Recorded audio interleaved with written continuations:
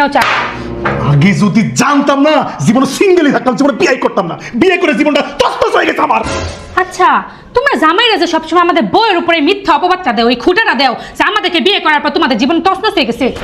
কেমনে তছনছ হয়েছে তোমাদের জীবন? হ্যাঁ, বিছানা থেকে উঠার আগে চা রেডি পাও, বাথরুম থেকে যখন বের হবা তার আগে কাপড় গুছা ইস্ত্রি করে রাখি, অফিস থেকে বাসায় আসার আগে খাবার রেডি করে রাখি, এসে খাও, তারপর বাড়িঘর সুন্দর করে পরিষ্কার করে রাখি যেন তোমার আসলে কোনো কষ্ট না হয়। বিছানায় যা যে ঘুমাও না, সে বিছানাটাও আমি ঝাড়ু দিয়ে রেডি করে রাখি। কেমনে তছনছ হয়েছে জীবন? হ্যাঁ, বাচ্চা পয়দা করছে, বাচ্চা লেগে জীবন আমার তছনছ হয়ে গেছে। সাতদিন কেউ কেউ কেউ বাচ্চা আমরা পয়দা করছি না? হ্যাঁ, আমরা করছি বাচ্চা নাও কেন? কাজে কি কবুল করার সাথে সাথে তোমার দুটা বাচ্চা ধরে দিছিল যে বাচ্চা নিয়ে যান, নেক্সট আসেন আরেকজন বাচ্চা নিয়ে যান। কি হয়েছে? বাচ্চা তো পয়দা করছো তোমরা, আবার বাচ্চার কথা মনে আসলো।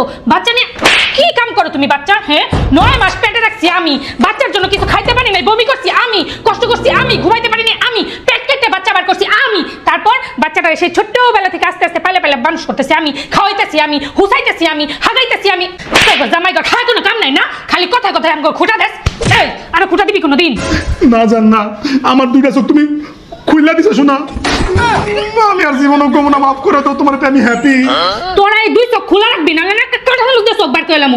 বউ ঘর খালি দোষ।